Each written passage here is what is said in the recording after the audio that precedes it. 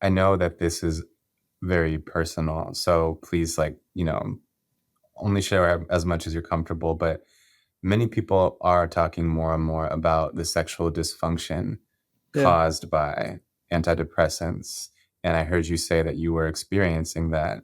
yeah. So, can you enlighten us, speaking to it personally or just more generally, what Okay. are some of these symptoms of sexual dysfunction?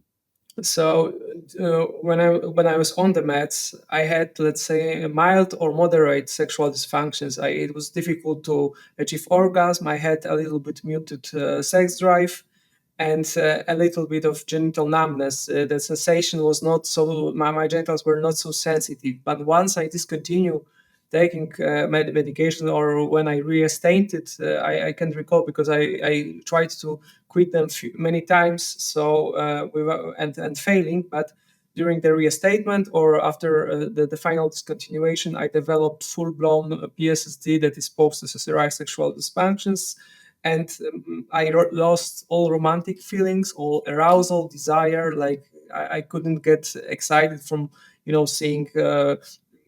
I couldn't participate in any sexual activity. My genitals were completely numb, like the lidocaine, the anesthetic drug, and it felt like I get the I had this feeling on my skin that I felt the touch, but I didn't get any pleasure response. It's like my reward circuit in the brain has been shut off, and there was no like brain guts brain genitalia connection. Right.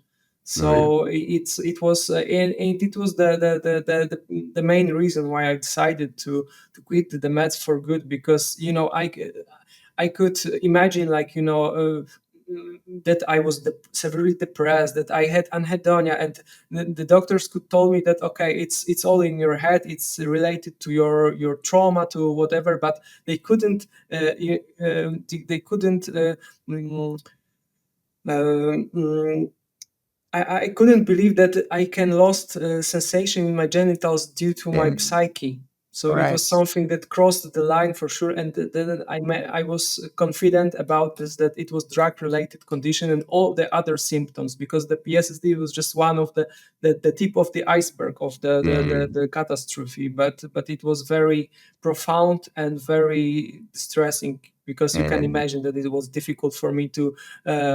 Stay in relationship, to have romantic feelings, to have engagement, to have this drive, because from the psychological perspective, like the drive, the libido from the Freud perspective, is not only just sex, it's just basically drive for life, and it was just gone for achieving goals, for doing stuff, for career, for money, for everything basically. So yeah.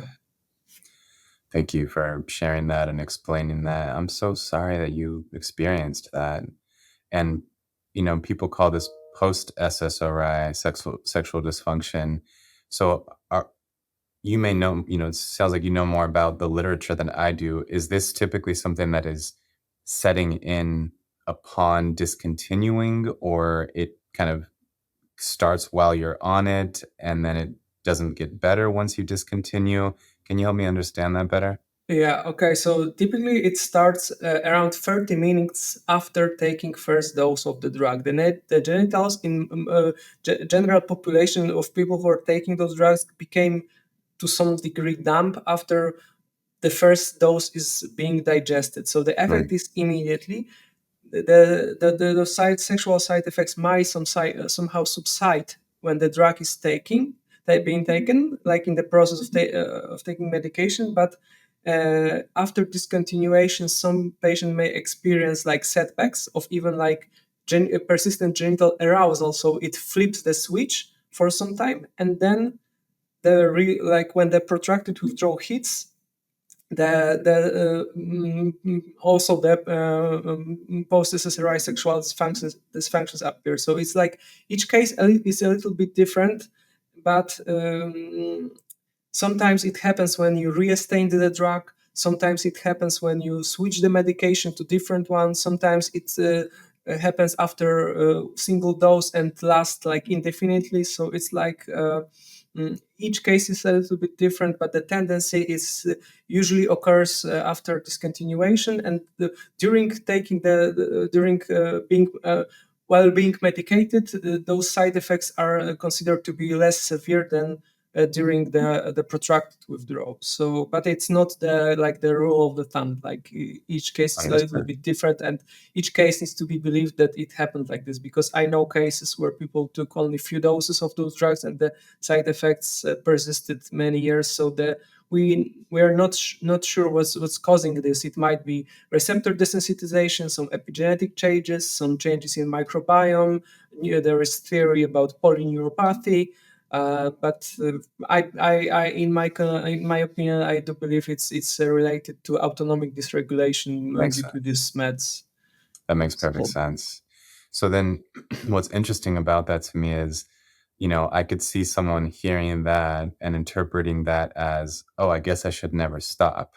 Especially if they're not experiencing any kind of dysfunction currently, Mhm. but I understand that the dilemma is that there are many adverse effects that come with taking the drug, Yes, and they become unbearable, and so you have to stop eventually, and as we all I mean, we have to just recognize that these drugs are not meant to be lifelong correct. fixes, so we When they have were to stop. designed on the market, they were told that you should take them no longer than 6 months. These days, people take them for like forever.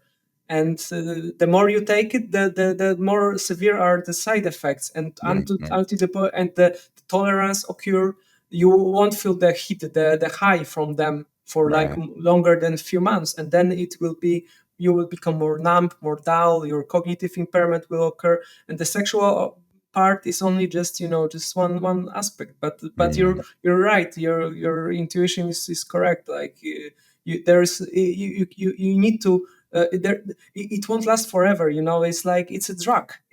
Yeah, Your body drug. is not designed to be high all the time 24/7 Yes. for like lifetime. Yeah, yeah. Exactly, and I just think that's, on one hand, obvious, but on another hand, really needs to be emphasized Of that these course. are drugs, and I know when we use the euphemism of medication, it just has a whole different connotation to it, and it sounds like it might be reasonable to take it for a lifetime because it's just a medication, but Yeah. let's be real and not euphemistic in our language. These are drugs, Yeah, they and are if psychoactive substances. They do yes, affect your psyche, and yes, these are drugs. They are not because they don't treat any condition. Because correct, most of the psychiatric disorders are trauma response. Like depression is a state where your body needs to be settled down to process some trauma. Like yeah. grief is not a condition to be treated. Anxiety is like I can go on and on, but you get the point. I Yeah. sure do, and I completely agree with it.